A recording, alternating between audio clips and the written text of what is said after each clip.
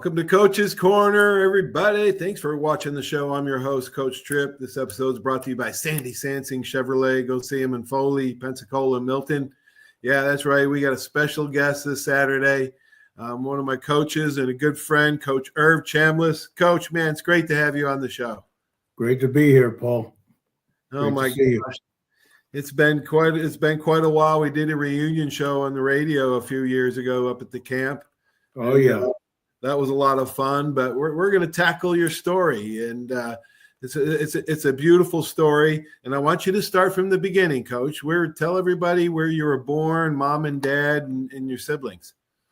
All right. Well, all started in Tuskegee, Alabama, 1953. So wow.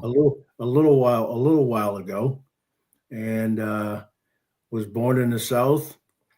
And a really different era with things going on. Yeah.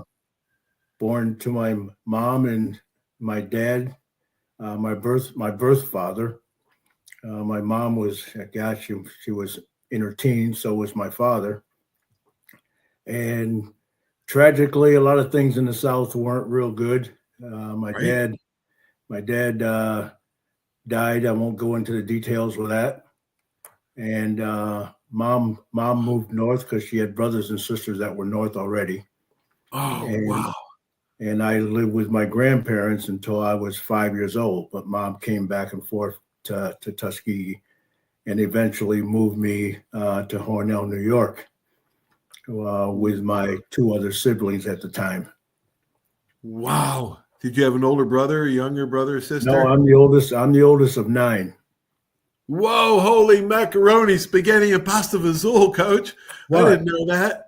Well, I'm the oldest of 9 and moved north during the migration when a lot of the minorities and blacks in the South moved north, and most of my extended family moved north. So that's why my mom was eventually in Hornell, New York. Where'd you go to high school? I grew up in Hornell, New York. I started school in Hornell, New York, at the age of 6, because in the South you didn't start school till you were 6 years old. So I started in Hornell, New York. Graduated from Hornell High School in 1972, and then proceeded on to my college career at University of Rochester. Holy cow, Coach! What a story. Talk about your high school team and your coach and how you got your love of lacrosse and football. Well, didn't play lacrosse in high school. In Hornell, New York, we were in 1957, 58, 59. That was the farm team of the Brooklyn Dodgers. Wow. And it was a baseball town. The southern tier was basically a baseball area. It wasn't big on lacrosse. The only big time lacrosse within the area was Salamanca, which was to our west, about 65 miles, and Corning, Elmira area, about 45, 50 miles to our east. And then you headed up into the Finger Lakes, where a lot of the lacrosse became really, really big time. The reason I got attached to lacrosse is because a lot of the 2 and 3 sport athletes in Corning and in that area, I got to know very well, but by going to summer camps. And I played track. A lot of my best friends played baseball, but I ended up in track because we were so competitive in baseball. And at that point, I was better at running over hurdles and jumping into sand with the triple jump than I was hitting fastballs. Yeah, me too. So I ended up being a track star and track captain and held a couple records. And my closest friends were baseball guys in the spring. And most of us played 3 sports. How old are you when you started playing football? Oh gosh. Back in those days would have been 7th and 8th grade. Because we didn't have the midget ball and the little guys. Yeah, my father actually started the one in Liverpool there. Yeah, we didn't start playing football until we were 6th, 7th grade. What position did you excel at? What did you love? We played everything, and I did that all the way up until college. I actually taught myself to kick, so I was the backup kicker. I was a defensive back, and I was a wide receiver. Once I got to college, in high school, I did a little bit of everything. I was a wide receiver, defensive back, quarterback, you name it, I did it. Wow!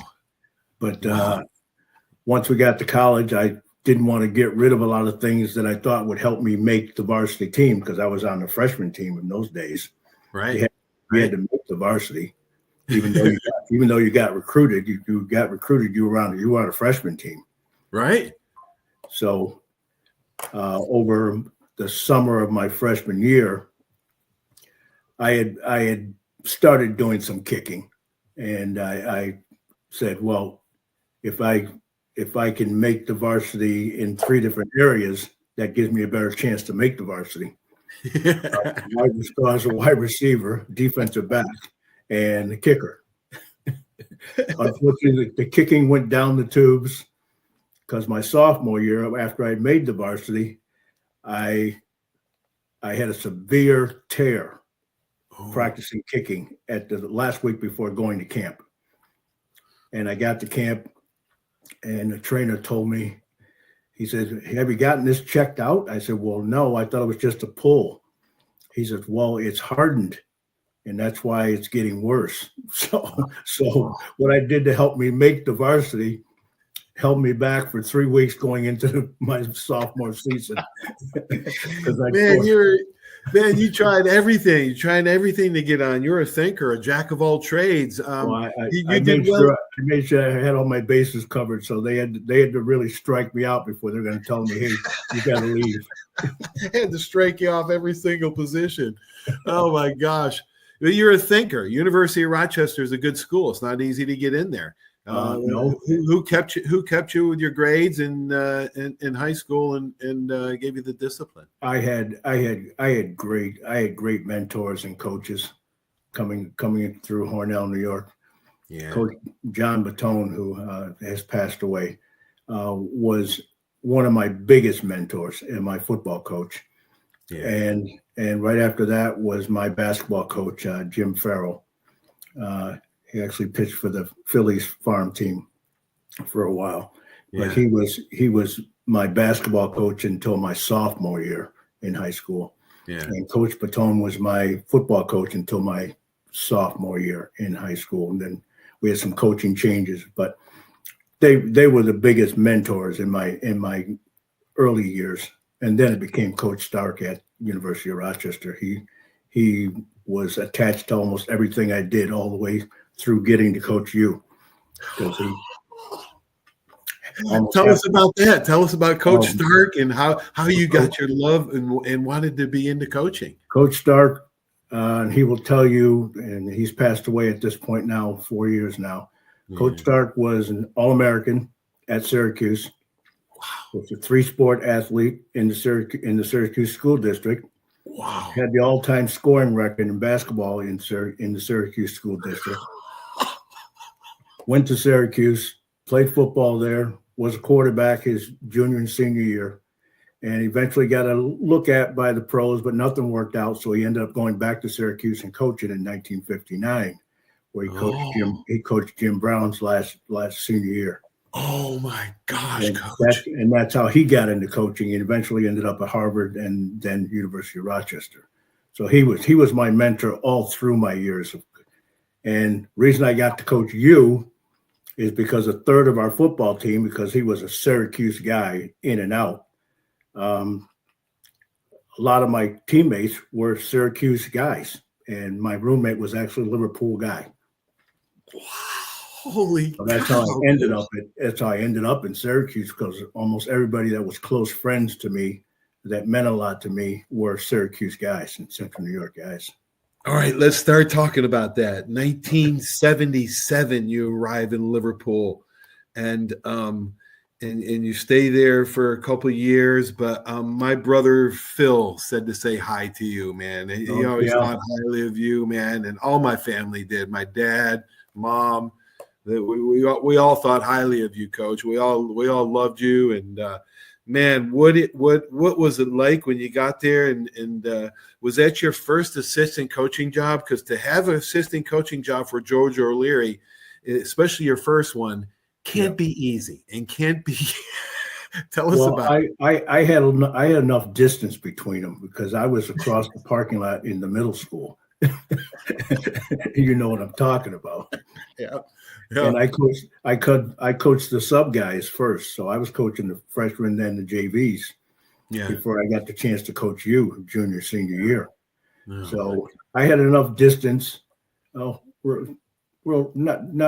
had enough distance between me and him that basically he let us and the sub level, gave us the playbook, said, here it is, go do it. And just make sure these guys learn and they do it. And we did it well. I mean, my overall record at Liverpool and counting the JVs was 23-0-2. So I didn't coach you that year. We lost the one game. Yeah. Holy cow, Erv. That's great, man. What a beautiful story that is. So I had a better record than George. Yeah, you did. Yeah, you did. Oswego beat us twice, and then we had to get a little revenge. I got lucky. That's the only interception. I had like 7 or 8 that year, but it's the only one I remember. And right before halftime, you were there. You remember. We really wanted revenge on them, and we went undefeated that year. But right before halftime, I knew they were going to throw outcuts to save the clock, right? So I just jumped an outcut, took it back. And I remember it. Oh, my gosh. You're saying it, and I remember it like it was yesterday. Oh, my God. You probably got a better memory than me, Coach. I've had too many concussions, man. 35 years ago, right? And I still remember it. Coach, we scored like that year. We scored like 360 points and gave up 33. Only 33 points all year we gave up, Coach. We scored getting off the bus. and George always made sure that everybody knew they weren't going to score getting off the bus. No matter where they played them at home or played them on our field, they weren't scoring. And that's why he was so reluctant to put the young guys in at the end of games unless we were up by 40. He did. We were up by 40, and I do remember coming out of the middle of the third quarter. Because he didn't want anybody to score, no matter how they scored. We had 3 shutouts the first 3 weeks, and we go to FM, and they line up for a field goal, and they bad snap it, and the guy runs around back there, and everybody's chasing him. Everybody leaves their man, and he throws it to my guy in the end zone. There's 3 wide open guys, and he throws it to my guy. Well, I was the captain, the leader. First points of the year, I gave up, right? Oh my gosh, I was so mad at myself and mad at that guy for catching that. I think the next possession, I hit him on the sidelines. O'Leary said, "You just got kicked out of the game." You just I do remember that, but I didn't blame you. Then I felt worse because we almost lost. But man, those guys. We had how many D1s did Henniger and Liverpool have on that team, Coach? 15. My gosh. 15. Almost all the starters. God, it was crazy. It was. Have you seen anything like it up there since? Well, later on, because football just became so competitive up there in Central New York. It was one of the. I still recruited the hell out of it because I was coaching lacrosse and it was a big lacrosse area. So I was grabbing anybody that even thought they could play football and lacrosse. And we had every place I went where I coached both sports, we had tremendous athletes out of Central New York. I recruited 35 of the 50 states. Wow. Let's talk about your coaching career. You go back to your alma mater, University of Rochester, 1983. You stay 6 years there, playing experience, great memories of your teammates, and talk about your first. Was that your? Let's see. You left Williams. You went to Williams in 1980 through 83 for 4 years, and then went back to U of R. Well, Coach Stark had a hand on that because I was at Williams College after leaving UAlbany. Mm-hmm. I never planned on not coming back to Liverpool. I went to U Albany to get my master's because I had to get my number of credits over a 5-year period, or you lose your teaching certificate. Right. So because I was coaching multiple sports, I took some courses up at Oswego 1 year with Coach Osinski. And after that, I said, I'm coaching 3 sports. I'm not spending all summer in school. They said, you can go take a sabbatical after the 4th year, get your master's in a year, and come back. So that was my plan. Went to Albany, coached football and lacrosse there. Don't know how the hell I got my master's in a year, but got my master's, and Coach Ford, the next guy on the staircase of lifting Erv Chambliss up in his career, said, all the assistant coaches, we want to make sure at the end of the year that you look into getting some interviews. So that was part of it. I interviewed at Dartmouth, Colgate, and one other, I forget right now who it was. Mm-hmm. It was Williams. Yeah. And didn't get an offer at Dartmouth because that was my top. Colgate was my top choice. Mm-hmm. Then Dartmouth, because they were both 1AA at that point. Right. And then Williams was Division III, and I had played against him when I was at Rochester. And Coach Stark was a Harvard guy as a coach before he was at Rochester, and we played all the NESCACs. We played all the Little Ivies. That was our schedule, was the Little Ivies. University of Rochester. We were independent of them, but we played them all. Yeah. So I applied at Williams because it had basketball attached to it, the job description. Oh. And I wanted to continue coaching basketball also.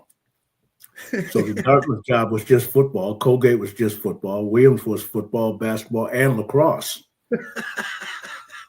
So I'm going like, okay. And I got the job at Williams. Oh my God, Coach. That was the easy part. The hard part was now telling myself, okay, you have one of the greatest jobs that you could ever have thought about at Liverpool High School. And now you're not going to go back after getting your master's. I called everybody I knew for advice. Coach Stark was one of those people, obviously. And he says, and Coach Ford, and he says, well, what do you want to do with your career? What do you think you want to be doing 30, 40 years from now? Yeah. I said, I don't see myself sitting in a classroom at Liverpool High School. Right. And that was the only thing that tilted me to saying, because I'm going to coach no matter what, where I am. Right. And I didn't see myself sitting in a classroom 35 years later. So I took the job at Williams. And from Williams, Coach Stark called me after 3 years and said, I'm retiring. They're hiring a new coach, Ray Tellier. And the club lacrosse team, the athletic director wants to make lacrosse a varsity sport, and they're looking for a head coach. So the first person I thought of was you. I said, wow. I said, wow, Coach. He says, well, I know you got a tremendous job. I know you love Williams and you've been there 4 years, but this is an opportunity to be, a head coach. I was assistant coach in all 3 sports at Williams. Right. And he said, well, the job is open. I told the coach, I'll call you and see if you're interested. And I said, Coach, give me a day or so. Called him back and I said, hey, Coach, it's like it's going home and I can be a head coach. I told myself I wanted to be a head coach by the time I was 30 years old. And right now I'm 26. And I can be a head coach in lacrosse, and I can still coach football, and I can do it at my alma mater. I'm going to come for an interview.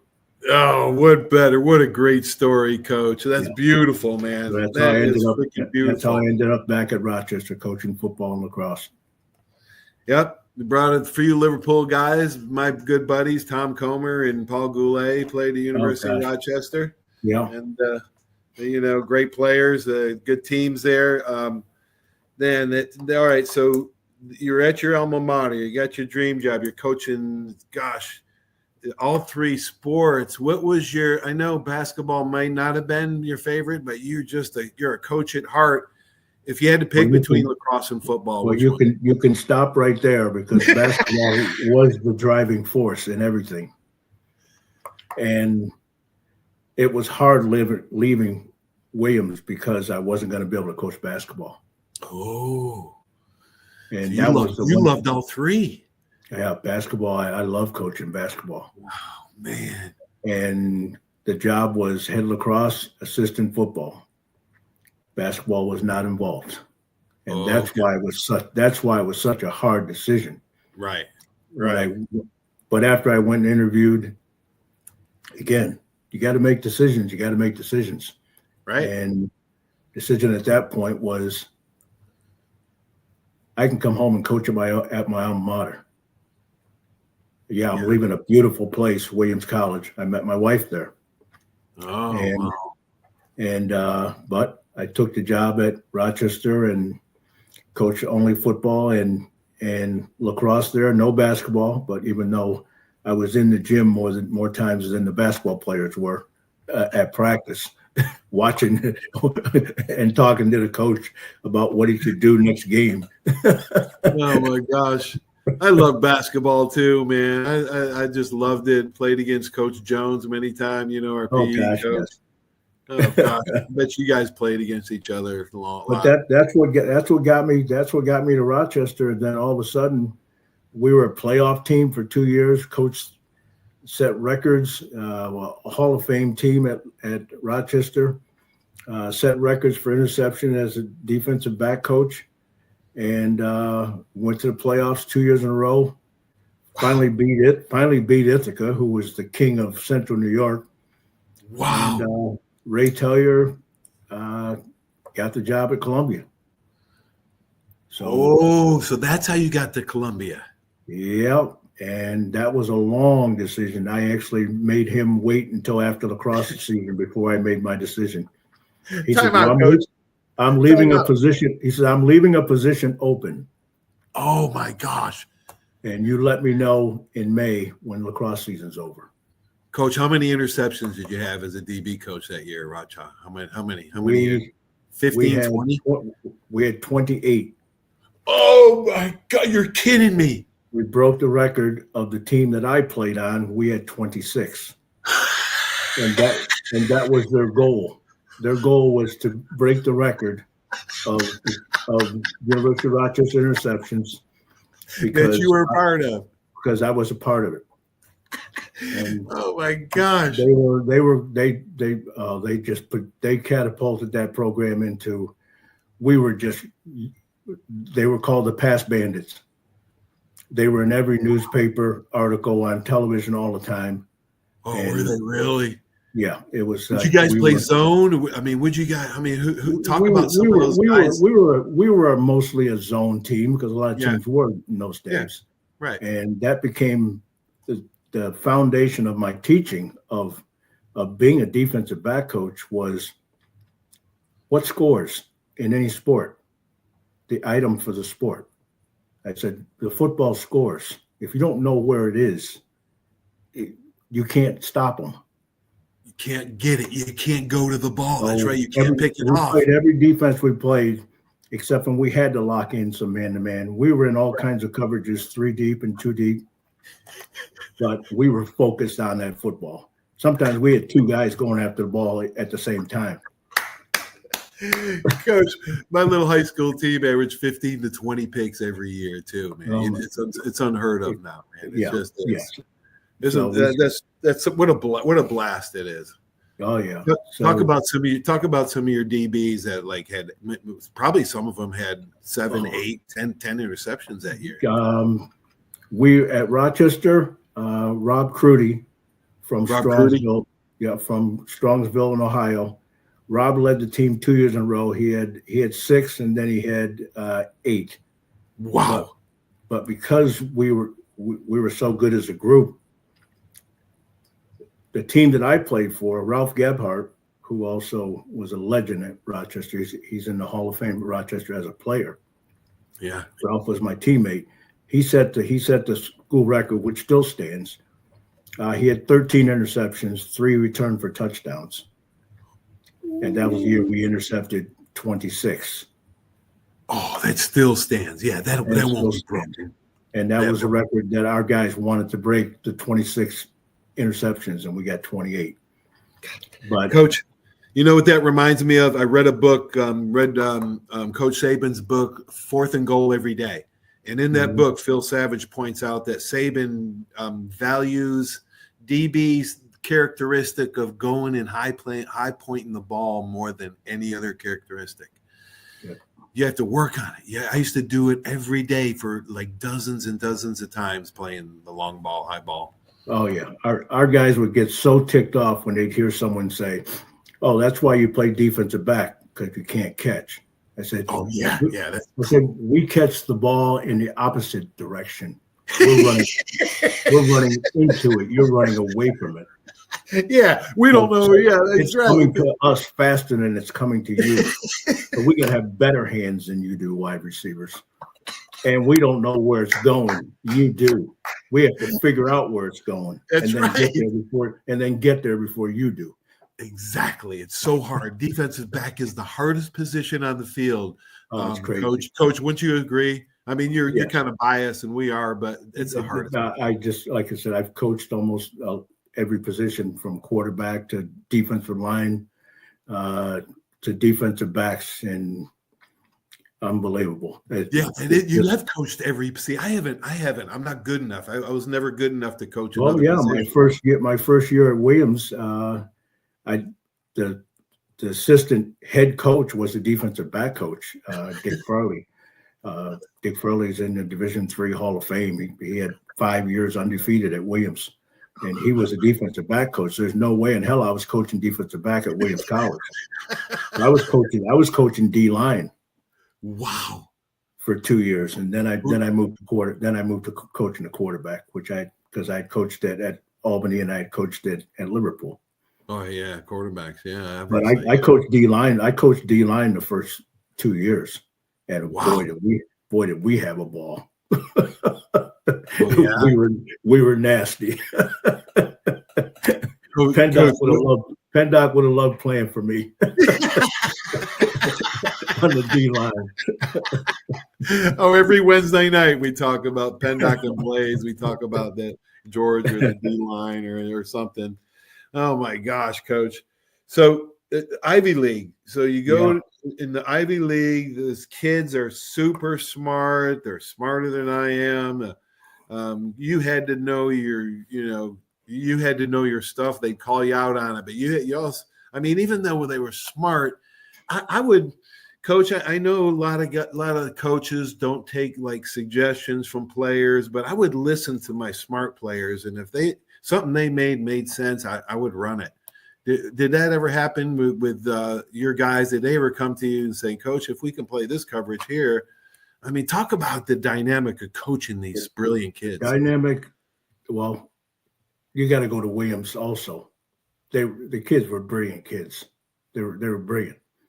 Wow. And what you had to do at a place like Williams, and the small Ivies and the Ivies, and in my particular case, my job was to convince them that in order for them to be the best player they're going to be, they got to do the things I tell them to do. Yeah. Yes. And eventually, by the time they were juniors and seniors, they could write the playbook.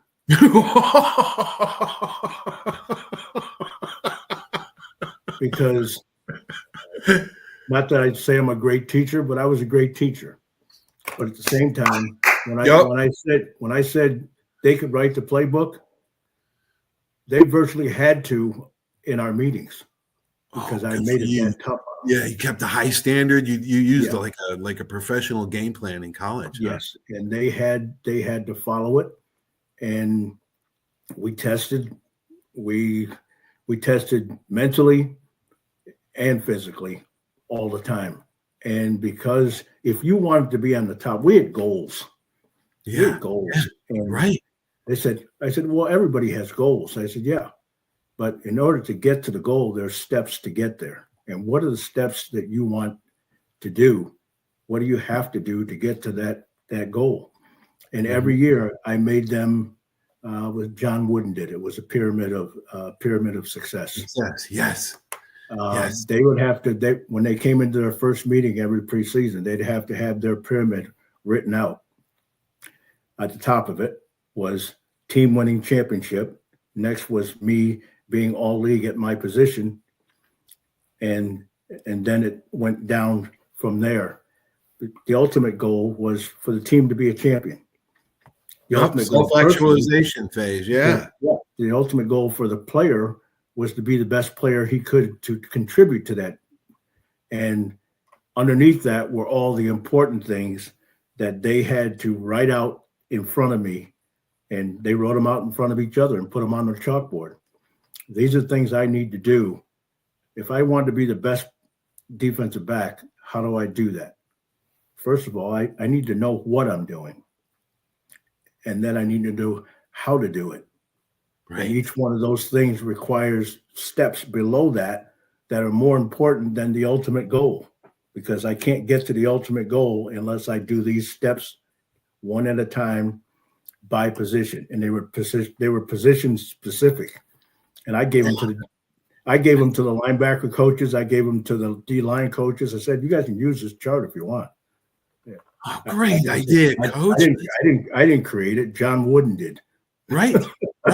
Yeah. We don't have to reinvent the wheel. There's books out there. There's seminars. There's other coaches you can learn from. And that's what I did as a coach. I dove into all these books from John Wooden to Vince Lombardi to Bobby Bowden to Bear Bryant. And I studied all those and I learned coaching and teaching are similar. You have to have explanation, demonstration, participation, correction, and repetition in that order. And so you also say, I read somewhere you say, I expect truth and accountability, a goal-oriented approach built on commitment, dedication, accountability, and work ethic and loyalty. Wow, Coach. Yeah, that's good stuff. Learn from George, Tom Coughlin, Bob Foreman, Ray Tellier, all those guys you learned in sounded like goal-oriented stuff. Beautiful. And you had to go back to answer your original question was how did I coach these brilliant young men? Is because they had careers coming. They had courses they were taking, the things like every day I'm on the phone with what they're doing. I was just checking today. They own their own businesses. They're corporate guys. They're lawyers. They're doctors. They're you name it. And every day I up on LinkedIn and things like that, I'll pull up something will show up on my phone and with one of them giving a lecture or one of them getting a promotion or one of them doing whatever. And as soon as I either text or call or any of them, the only thing we talk about is football and their experience. Coach, because that is priceless. There's not money, fame, fortune, sex, nothing compares to that. No. And nothing. And we had a personal connection, which I started at Columbia. At the end of the season, we would do something together that no one else was invited to do. So we always had a bonding. We always had a bonding at the end of their senior years. Yeah, where they were treated a little differently than the guys that were coming back to play next year. Right. And so we probably a week or so or a weekend before graduation, we would do something as a group where they would be treated not like my players. They were treated like my closest friends. Yes. And we'd go out together and we'd do something together as a group. And the most famous thing in the metropolitan area here in Albany was the union guys. We started a little thing where we would go out before graduation and each one of them would get something I wrote about them, a photo of them as a player making one of their best plays, and a photo of them with the group, like our preseason defensive back shot. Wow. And then something that I wrote about each one of them. Yeah. And then so that everybody knew that who we were, we made sure wherever we went, that people knew who we were. Each one of them got fedora, sunglasses. Oh, nice. And we'd walk into a restaurant or a bar together, and people are going like, who the hell is that? So when I see them now in their high profiled careers, Right. Undoubtedly, they'll say, hey, Coach, I got the picture on the wall. I'll show it to you. We'd always have a photograph of all of us, no matter where we went, because somebody would want a photograph of us, and we'd get it sent to us. And Coach, that's being transformational. That was our bonding. That was our bonding. That's your bonding. No, Coach, it's more than bonding, Coach. It's called transformational coaching. Yeah. And I learned that in a book, Inside Out Coaching, by Joe Ehrman, a Syracuse guy. That's right. Okay. Yeah, great book. Changed my coaching, to a transformational coach versus a transactional coach. Gotcha. A transformational coach is other-centered. Transactional coach, what can you do for me? Right. It means more to you to see achievement from your players as opposed to your accolades. I heard you say. That's what a true coach is. I did a little thing for my seniors. I had a special class. I would keep the newspaper articles during the week, and every week, starting in preseason, I would make a note just once or twice a week. I would write notes about what happened that week. I put it in a scrapbook, gave it to them at the end of the year banquet. Oh my God, Coach, to see the response from those kids. Definitely. Definitely. All it. Whew. All right. So you're not going to decide between football, lacrosse, basketball you played. You still go to basketball games too, right? You go to all your schools around there. Tell everybody. I'll go to Williams because I coach basketball there. And it's not the same amount of draw to me now because there are very few guys. Yeah. But one of my greatest experiences as a coach was coaching the 1982 basketball team at Williams. Do you know what was going on in the sports world in 1982? No, I was caught up in Coach Bryant's last year. Olympic boycott. The Olympic boycott. That's right. We took the Williams basketball team to Cuba to play their B team because Cuba, they weren't traveling and they were having a tough time because they weren't sure they were going to boycott because it really wasn't up to them. It was kind of up to the Soviet Union as to how much leeway they're going to have to be an independent and go and participate in the Olympics, but the Soviet Union was not going to. Right. So the basketball coach at Williams at the time and the athletic director and the athletic director's wife were very, very outgoing in the religious field and political field. And they were doing a lot of work in the Caribbean and in South America. Mm-hmm. So they figured out a way to get us, the basketball team, to Cuba for 2 weeks over the holiday season to play basketball and practice with Cuba's B team. Wow. And we were there for 2 weeks. What an experience. An unbelievable experience. And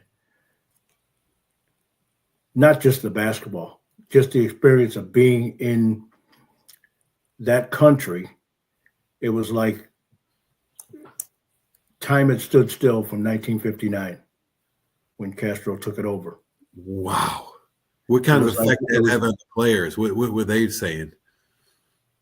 They didn't say much.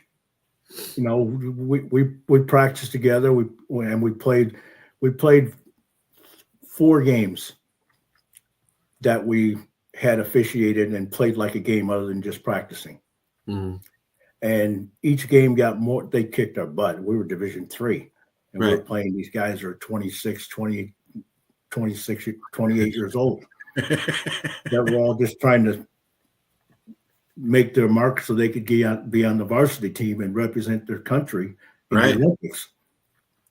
And we practiced hard, and we for a couple of days, and then we'd play a game. We practiced hard, and then we'd play a game. Well, we were off for 2 weeks, so we were in Cuba for 2 weeks, and we played each other 3 times, and each time we got a little closer because we're talking about American basketball. This was foreign basketball. They were pretty good at sport, but nothing like things we see now. Right. Basketball. So we could compete with, it'd be like Division III Williams going and playing a Division Syracuse in basketball. Right. Well, yeah, the varsity guys are going to play a couple minutes, and they're putting the JVs in to play. Well, it was kind of like that. We were playing their JVs, and we were pretty close to their JVs until we got so close that we almost beat them. They beat us at in the last minute of the 3rd game. So we're playing in the big arena the weekend that we're getting ready to leave, and huge crowd. We can't figure out what's going on. We've been here for 10 days, and the crowd was never this big. Fidel's in the arena. Holy cow. Holy mackerel. So you couldn't lose that game. A couple of guys that are playing, we're like looking at them, we're going like, we haven't seen these guys before. So a couple of the A-team guys were on the squad. Oh, I see. Just to make sure this game wasn't going to be close because the boss was sitting in the arena. Oh my gosh. Holy cow. And that was 1982. Let me connect the dot for you because you'll love this one. After the game that weekend, Penn State's playing Miami for the national championship in the Rose Bowl. And you can get a signal from Cuba with television signal, but you have to be up pretty high on a building. So the hotel we were in had a rooftop restaurant. So this is 1982. We're having dinner. We're on the rooftop, and we're getting the signal of the Penn State Miami game. And Penn State upsets Miami. Fast forward, Greg Gattuso, who I coached with at UAlbany just recently, he was on that team for Penn State. Ooh. And Greg left a year ago to go back to Penn State as a defensive consultant. He's coaching, but he's not on the field coaching. Right. And he went back to Penn State because he played for them for that national championship team. And Roger Goodell's younger brother, Jeff Goodell, played on that basketball team that I coached. Oh, wow.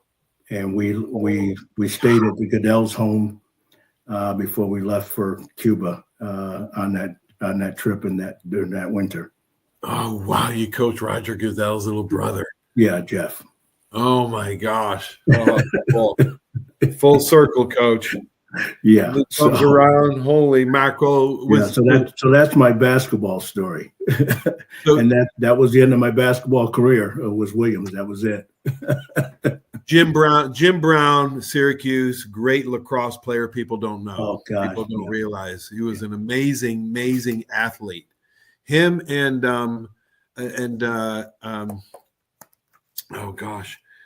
Jim Thorpe.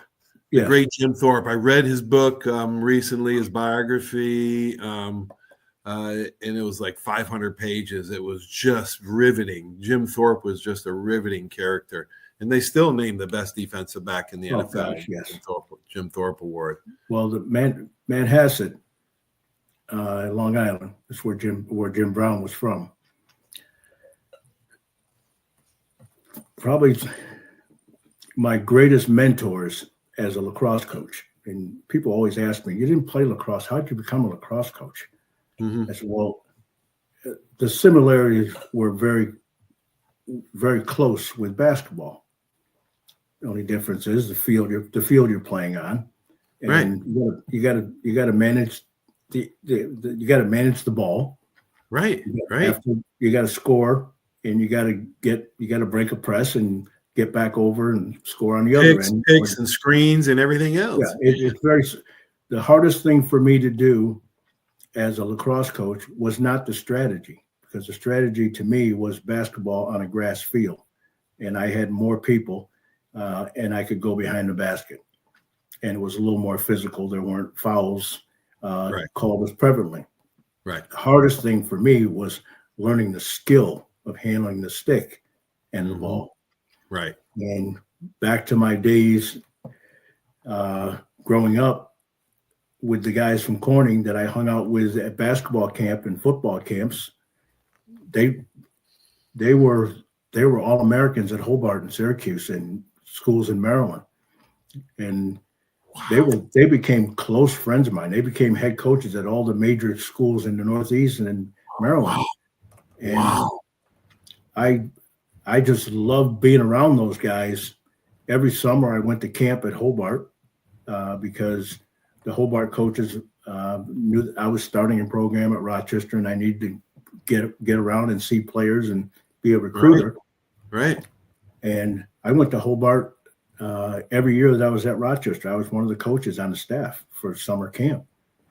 Wow. And we go back to Jim Brown in Manhasset.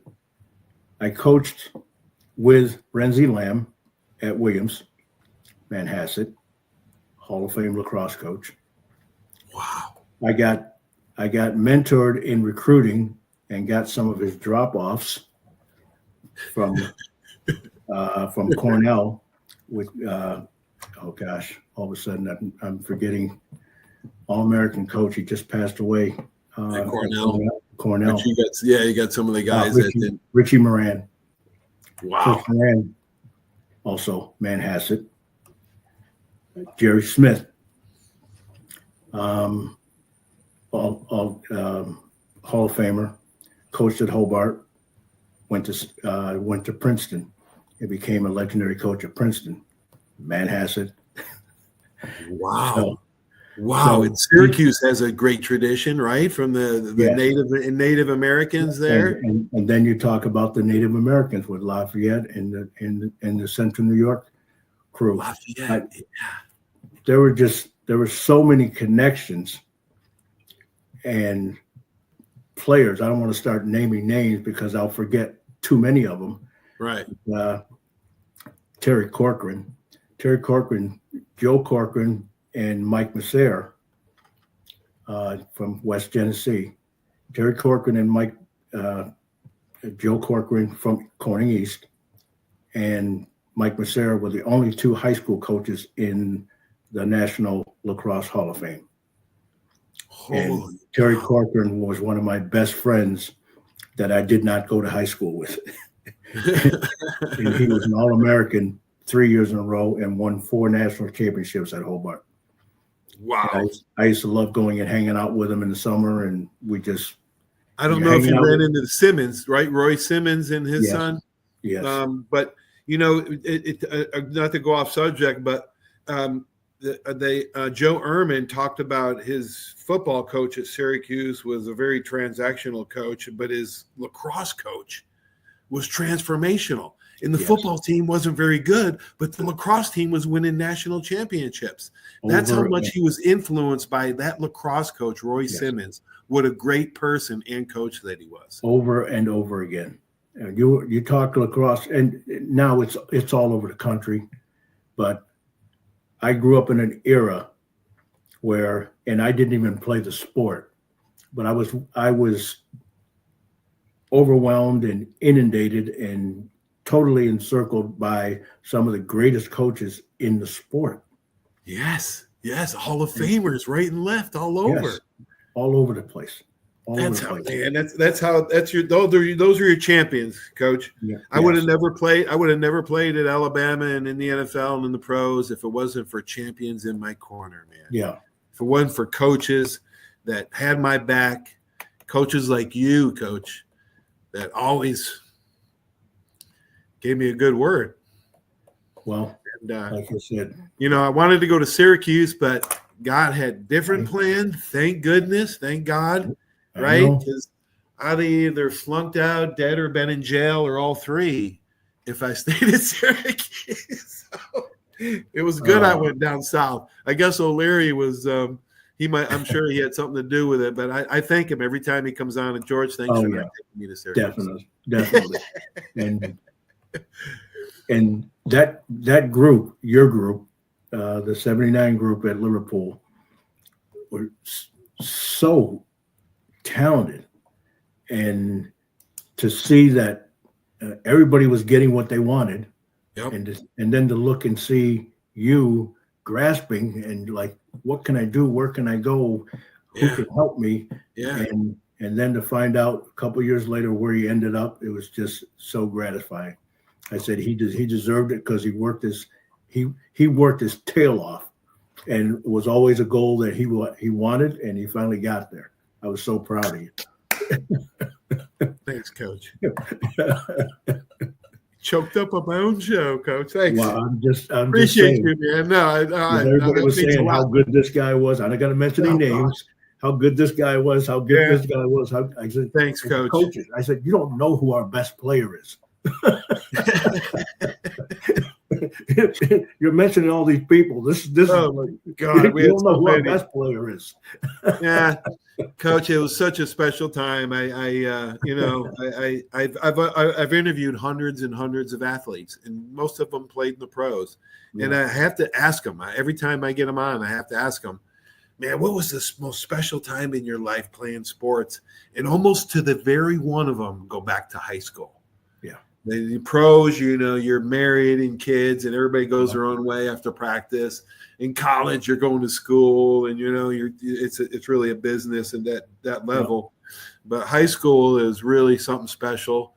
And man, I know not just me, Coach, but a lot of players are glad that you spent your time there in Liverpool. Thank you, buddy. Yeah, and we built that from dirt. Literally, and you know what I'm talking about. We built it from dirt. We did, man. We're proud of that. Yeah, I know. We brought in our own dirt and our own grass. Yeah, our own sweat, buckets of blood, sweat, and tears, right? Buckets of God, yes. And we got exactly what we earned. Yeah. Thank you, Coach. Thank you for spending time and telling everybody your story, man. I'm so glad you did. So it's so good. It's so good to talk about it because nowadays that's what I do. Yeah, I know, right? That's what everybody says. I played football for 20 years. I coached for 20 years, and I tell everybody now I'm just going to talk about it for 20 years. So I'll show up and someone will go, "Oh, that's Coach Erv. What are you doing here?" I said, "I'm watching a game." And which game? Pick a sport. Pick a school. Coach, God bless you, man. I love you, man. I love you too, Paulie. Okay, buddy. Have a great one. We'll talk soon. Great talking to you, and thanks, buddy. Keep spreading the word. Godspeed. Thank you, buddy. Bye-bye. Love you. Coach Erv Chambliss. What a special dude he is. Yeah, man, we were lucky. We had a lot of good coaches. High school, just filled with them. I want to thanks for watching the show. Sorry I got choked up, but hey, it just means you care. That's all. Stay tuned for these messages. Without these great sponsors, this won't be possible. So long, everybody. When it comes to buying your next car, truck, or SUV, you need a team that puts you first. Here at the Sandy Sansing dealerships, we're proud to serve Pensacola and the Gulf Coast with the best selection, trusted service, and deals that work for your family. Just like great coaches build great teams, Sandy Sansing builds lasting relationships with every customer who walks through our doors. Because when it comes to finding your next vehicle, there's only one name to remember. Sandy Sansing can. That's you trying to fix the plumbing yourself to save a few bucks. Doing things yourself doesn't always end well. The same goes for insurance. That's why Auto Owners works with local independent agents who tailor coverage to meet your needs and offer discounts for life, home, car, and business insurance. Because sometimes you need a professional to get the job done right. That's simple human sense. When it comes to buggies and golf carts, nobody does it like Buggy Works. Hi, I'm JP Wibbs. We've got the largest selection of golf carts on the Gulf Coast. We have a brand new 10,000 square foot state-of-the-art service center and showroom to keep you rolling. We're right here in the heart of Car City at 5831 Pensacola Boulevard. Open Monday through Friday, 8 to 5, Saturdays 9 to 3. Check us out at buggyworks.com. Buggy Works. Come by and see why we're the #1 Denago dealer in the nation. Are you riding around in a filthy vehicle? Dirty car no more. Visit Ronnie's Car Wash today to get it shining in no time. They have 3 convenient locations with another coming soon. The unlimited monthly wash packages start as low as $14.95 per month with free vacuums, multi-purpose spray, and towels. Visit them in Gulf Breeze, Navarre, Fort Walton, and soon Crestview. Don't wait, wash today. Be sure to see Ronnie's Car Wash on Facebook to see the latest specials and discounts. You'll be riding and shining in no time. When it comes to buying your next car, truck, or SUV, you need a team that puts you first.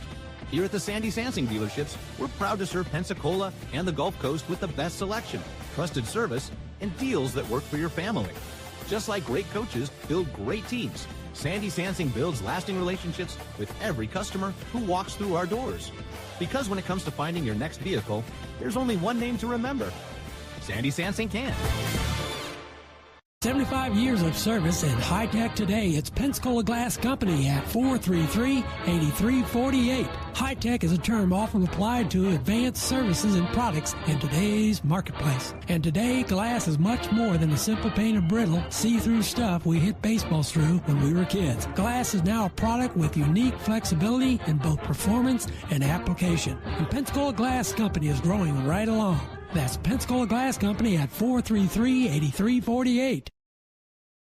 There's a reason why Hill Kelly in Pensacola is the #1 selling Chrysler Dodge Jeep Ram dealer between Jacksonville and New Orleans. While other dealers have taken advantage of a competitive market with higher prices, Hill Kelly has discounted prices to the lowest of the year. And Hill Kelly in Pensacola won't surprise you with excessive charges beyond the selling price. Come see why people from Milton, Pace, Foley, Bay Minette, Daphne, Gulf Shores, Mobile, and beyond are driving to Hill Kelly in Pensacola to buy their next new Chrysler, Dodge, Jeep, or Ram. At Hill Kelly, the bottom line price and your satisfaction are what really matter. So before you sign, check the bottom line and make the trip to Hill Kelly in Pensacola to see what true local ownership can do for you. At Hill Kelly Chrysler, Dodge, Jeep, Ram, Highway 29 in Car City, Pensacola. Or shop online 24/7 at hillkellydodge.com. When it comes to bottom line pricing, nobody beats a Hill Kelly deal. Nobody.